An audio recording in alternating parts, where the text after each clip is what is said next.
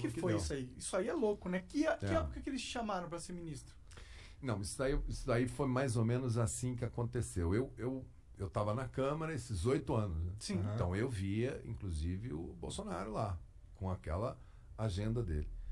E eu me lembro muito, no primeiro mandato, 2010, 2014, que ele e o Jean Willis, eles meio que se nutriam. Sim.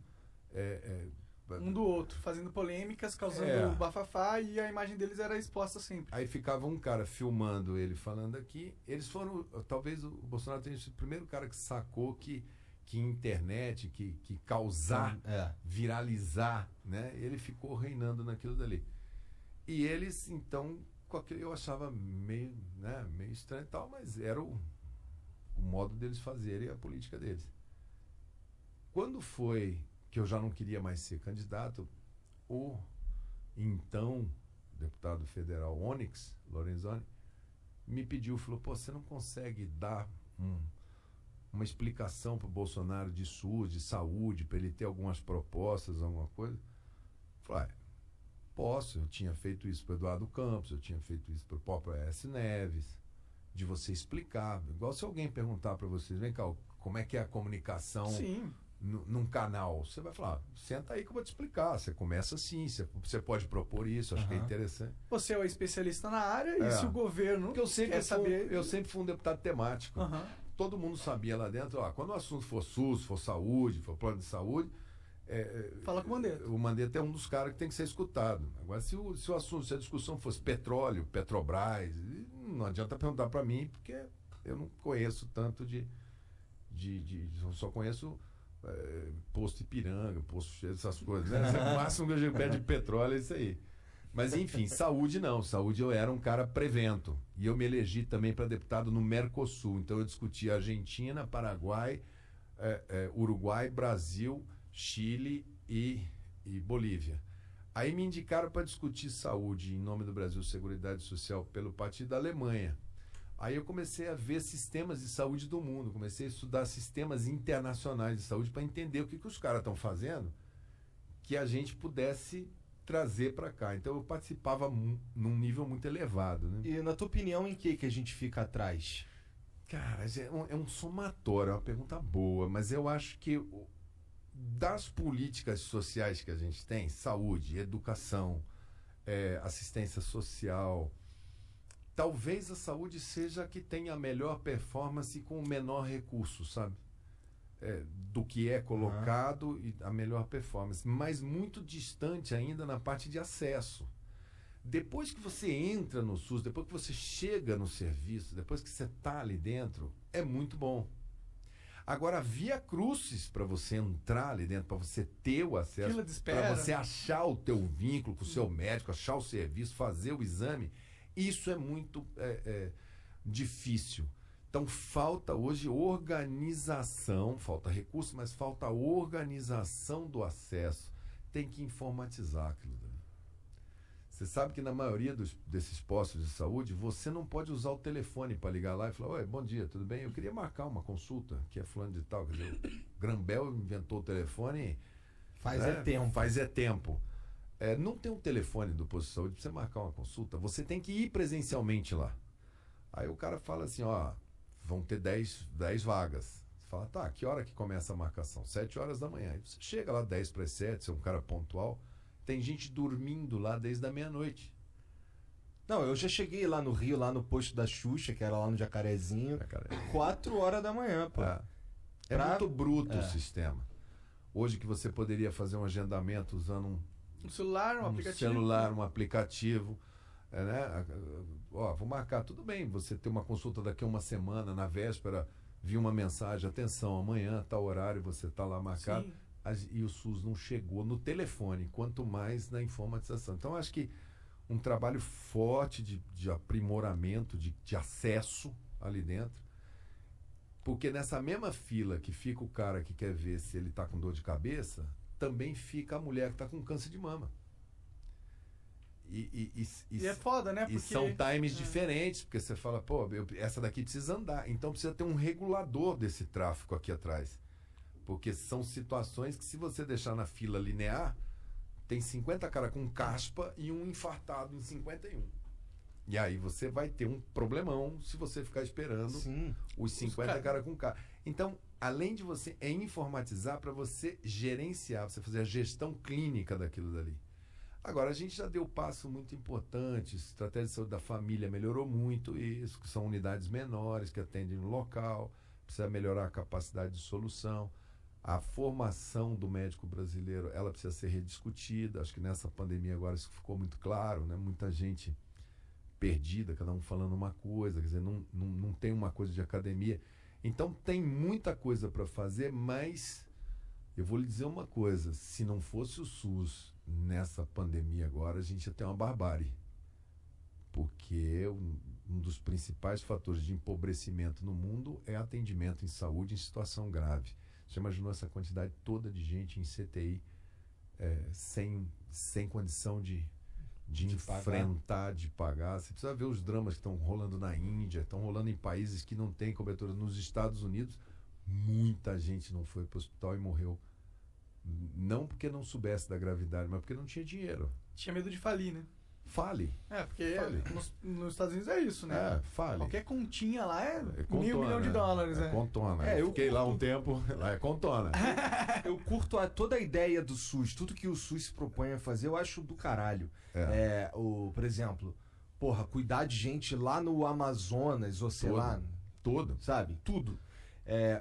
Mas eu não gosto do jeito como é gerenciado o bagulho. Gerenciado, o acesso eu não gosto desse termo humanização, né? Porque nós somos todos humanos, você não pode falar, vamos fazer uma política de humanização. Peraí, não. Então a gente estava tratando os outros como lixo, é isso? Não, eu não gosto dessa palavra. Mas o acolhimento, o acesso, entra aqui. Por que quando é público, por exemplo, você tem que fazer um banco de cimento? Não dá para fazer uma cadeira legal? Estofada? Temos algum problema com cadeira estofada? Tudo bem, pode ser que ela gaste mais que a outra, mas a gente está falando de gente que está indo numa situação, não está indo lá por prazer, não está indo. Fizemos estádio de futebol com cadeiras confortáveis, padrão FIFA. E na hora que o cara tá frágil, que é a hora que ele tá indo para a saúde, ele já tá angustiado, ninguém vai no hospital porque tá feliz, né? O posto de saúde. Não vai. O cara vai em saúde e ele fala assim, cara, foi bom lá, mas injeção doída, né? Sempre fácil. O médico demorou. Apertou minha barriga lá embaixo, sabe? É sempre assim, né? Sim. Ninguém vai naquilo dali esperando uma experiência prazerosa. Então eu acho que a gente precisa sair daquela coisa de tem muito hospital que o cara fala assim, não, essa entrada aqui é a do plano de saúde. Aí você vai ver, tem uma cortininha, um ar-condicionado, uma menina e tal. Vai a do SUS, do outro lado da quadra. Aí você vai lá, fala, mas é no mesmo hospital, quer dizer, são mesmas pessoas, estão tratando o mesmo. Então eu acho que isso que você fala, essa sensação, embora a gente tenha ilhas dentro do SUS que são maravilhosas, que são bem melhores que as coisas. Essa era a minha próxima pergunta. O que tem de legal pra caralho no SUS em relação às paradas do mundo? Tem muita coisa. Olha, nós somos o sistema que mais faz transplante de órgãos no mundo público. Todo transplante de órgão é SUS. Coração, pulmão, córnea, rim. Então nós estamos tudo ali dentro. Isso é uma malha aérea o dia inteiro voando, colocando isso na mão. Além da gente pegar o órgão, trazer, colocar, fazer, a gente dá todo o suporte de todas as medicações e, acredite, de custo super elevado. O sistema de vacinação do SUS é considerado no mundo inteiro um parâmetro de excelência. Nós somos bons para vacinar. É que agora não compraram vacina. Foda, né? Meu amigo, você pode ter uma Ferrari. Se você não botar gasolina, você vai ficar olhando pra ela. Falar, cara, sabe esse cara aqui? Bonito, hein? Lindo, anda 280. Só que vamos dar uma volta, só tem 5 pra botar 1 litro, só vai entrar na garagem. Aí não dá. Sim. Mas é um... Ou 5 não dá botar 1 litro, não. Tem que ser 6. 800 ml, então. Chorinho. Mas enfim... o SUS é bom. Nós vacina, temos transplante, tabagismo, cigarro. E essa parada aqui. Essa parada aí. Nós começamos com 41% da população fumava quando o SUS começou a fazer a política antitabagista. Nós estamos com 9% da população tabagista e quando a gente baixar de 5%, a gente vai ser o primeiro país tabaco-free do mundo e o SUS é quem está levando o Brasil nessa direção. É uma constelação de políticas. Isso reduziu o câncer de pulmão. Isso é um exemplo de medida preventiva feita pelo SUS com alcance de grande par. Dá para medir que as pessoas de fato estão parando de fumar pelas doenças que não estão aparecendo? Sim. É um indicador. Você fala, cara, se a gente fizer isso daqui, se o cara está dizendo, se não, isso vai diminuir tanto, você aposta e vai medindo. É um gráfico. Tá. Você fala, opa, tô melhor aqui porque é um conjunto de coisas. Isso é legal que você está falando, porque eu já ouvi de algum outro político aí falando que do lance do cigarro que está diminuindo e tal, e a gente sempre levanta, mas e o contrabando? Mas o contrabandeado, ele também causa câncer. E se a gente tem o câncer diminuindo, então de fato está funcionando. Está funcionando, mas isso é um fenômeno global também. Fumava-se muito mais antigamente do que fumam hoje. Sim. Só que aqui você teve... Mas era, na minha adolescência, na minha juventude, você ia em, por exemplo, baile, festa. Hoje ninguém mais vai em baile, né? Eu ia em Tem baile. o baile funk, né? Eu ia em baile de debutante, aquela coisa. A amostra grátis. Mesmo? Vinha 4 cigarros numa caixinha era propaganda da indústria. Uhum. Então você estava ali na fila para entrar, passava normalmente uma menina, uma pessoa, amostra grátis para todo mundo. Essa é a melhor propaganda. Você entrava lá dentro, o cara falava, e tá o fósforo junto, tá? Assim mesmo, você pegar um menino de 14, 15 anos com uma amostra grátis, querendo impressionar, todo mundo fumava. Fudeu, né? Propagandas maravilhosas de televisão, propaganda de 2 minutos, filme, Marlboro. Até criança em propaganda fumando, né? Criança em propaganda, todos os filmes, todas as novelas, das 6, das 7, das 8, o galão, todo mundo fumava, esportista fumava, todo mundo fumava. Era um lifestyle. E aí começou um movimento mundial para diminuir, para baixar a pilha daquilo ali. O Emerson Fittipaldi, campeão do mundo. McLaren, Marlboro, lá. Mas eu acho esse número de 9%, não sei, eu tenho a sensação que é mais que 9% do que fuma. É porque você está num nicho. Que muita gente fuma, né? Pode ser. Que muita gente fuma e faixa etária, né? Porque a tendência é você concentrar numa fase. Depois, muita gente que vai passando tempo vai parando de fumar. Sim. É raro uma pessoa começar a fumar aos 40 anos. Eu acordei hoje, vou começar a fumar hoje. Verdade, né? verdade. O cara começa a fumar 18, 20, 15, 16, cada um tem 14. sua história. Mas era muito comum. A parte de dentição no SUS é muito forte, a odontologia. Vocês talvez não tenham visto a quantidade de... O Brasil era o país dos banguelas. A gente não tinha dente, porque a gente nunca preveniu cárie dentária e nunca tratou. Muita gente não sabia nem o que era uma escova de dentes. Isso foi um trabalho de base nos últimos 40 anos, que hoje você vai lá no meio rural, vai na escola, tá lá o menininho aprendendo, que é uma coisa que para você se fala assim, não é possível que isso seja um problema. Um problema. E é um problemaço. Então o SUS durante 10, 15 anos colocando prótese em todo mundo, que o cara tem direito a sorrir, né? Nesse mundo de imagem, né? Emprego, autoestima, tudo. Eu acho que nisso daí tem um dedo, tem uma mão forte do SUS. A parte de... Aqui em São Paulo tem muito centro de excelência. O INCOR de São Paulo, o Luci Montoro de reabilitação, o SUS dentro de todas as universidades. Você sabe que a USP tem 1.200 patentes de coisas. Tem uma patente de um remédio que foi financiado com recursos também do SUS, que é o principal item de receita de todas aquelas descobertas. Então, o que o SUS investe em pesquisa retroalimenta. O Butantan está aí fazendo a vacina e a Fiocruz, as duas são custeadas pelo SUS. Entendi. Todo o sistema de água, essa garrafinha d'água que você está tomando aí, SUS. Todo o rango que você comeu teve que ser fiscalizado. A fiscalização, a procedência, a dosagem, se tem agrotóxico demais, se tem de menos, SUS. E o direito dessas patentes? E a gente, às vezes, fica no SUS olhando mais aquela coisa emblemática. Fui na emergência, tava um caos, a gente no chão.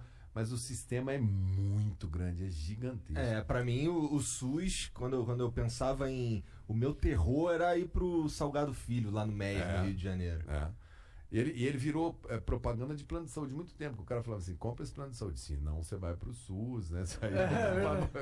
O Salgado Filho. Mas ele tá melhorando, tá melhorando. O SUS já foi muito menos forte, ele tá ficando cada vez mais forte. Ele vai se impor o lance desse que você falou aí, desse trabalho de base, que foi iniciado há, sei lá, décadas atrás, eu acho que, foi feito décadas atrás o caminho certo.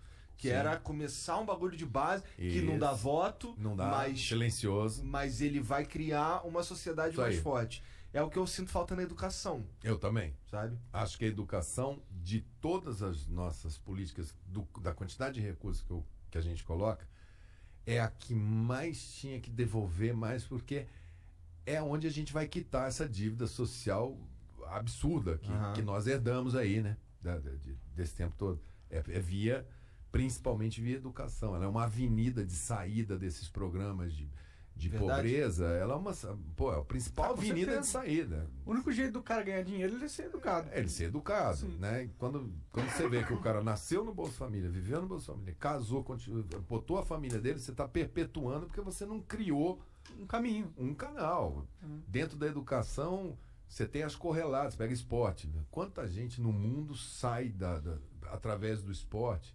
O Brasil não tem uma política agressiva de esporte que anda junto com a educação. Nossos campeões olímpicos aí estão tendo que fazer... Vaquinha. Não só vaquinha, ou vendendo pizza, tá ligado? Tô vendo.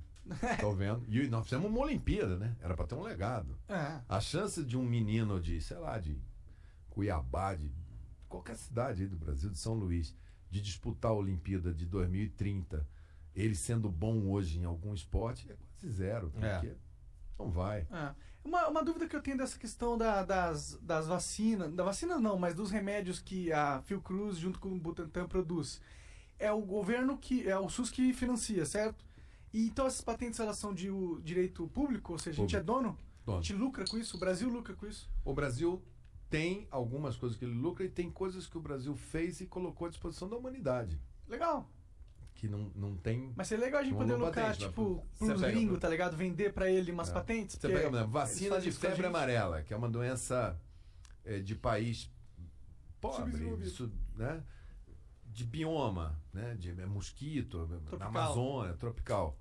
Não é doença de país de hemisfério norte, que tem gelo, o mosquito lá congela. Sim. Então, a Fiocruz é a única produtora da vacina. E a gente coloca um preço super baixo para poder vacinar a África, vacinar a América Central, porque são países pobres. Sim, não tem condição. Agora, há necessidade do Brasil se antenar numa coisa. Que nós apanhamos, todo mundo apanhou. O mundo inteiro começou a comprar tudo da China, né? Mais barato. O chinês, ele coloca aqui em São Paulo, se ele põe uma máscara, essa máscarazinha que a gente está usando descartável, ele põe por 6 centavos a máscara bem aqui em São Paulo. Se vocês falam, cara, vamos abrir uma fábrica de máscara, bom negócio, né? O Brasil está comprando da China, vamos fazer aqui. A nossa máscara a gente vai colocar a 12 centavos. Vai ser o dobro do preço da chinesa, que vai ser feita lá e vende navio, sei lá como é que vem para chegar aqui. E esse é o nosso mínimo. O que acontece? O mundo inteiro foi comprar na China. Quando deu o início dessa pandemia, o que a China fez? Opa, vou fechar a exportação, porque agora eu estou precisando para mim. Cara, acabou máscara no mundo. Nós chegamos perigosamente aqui a ficar com 0 de máscara. Aí você fala assim, rapaz, não é só máscara, é a máscara, é a luva que o médico usa, aquele shield, o gorro. Tudo eles fazem. E eu, na época, eu estava no ministério e o pessoal continua tendo apendicite, continua nascendo criança. e cadê a máscara? Eles falam, usa de pano. Não tem mais lavanderia hospitalar. Então, o mundo agora está discutindo o seguinte, não dá para todo mundo colocar as fichas só lá. Então, tem que ter outros fornecedores. O Brasil tem tudo para assumir 25%, 30% dessa produção que está lá para abastecer as Américas, os Estados Unidos, porque não dá para colocar as fichas todas num país só. do mesmo jeito que foi esse vírus, pode amanhã ou depois ser um outro problema que se você não conseguir tirar de lá, você é dominado. Agulha, seringa, bobagem. Esse cabinho aqui, ó. Sim. É verdade. O que você está falando é que estrategicamente o país ele não pode depender de certos insumos Exato. para os outros.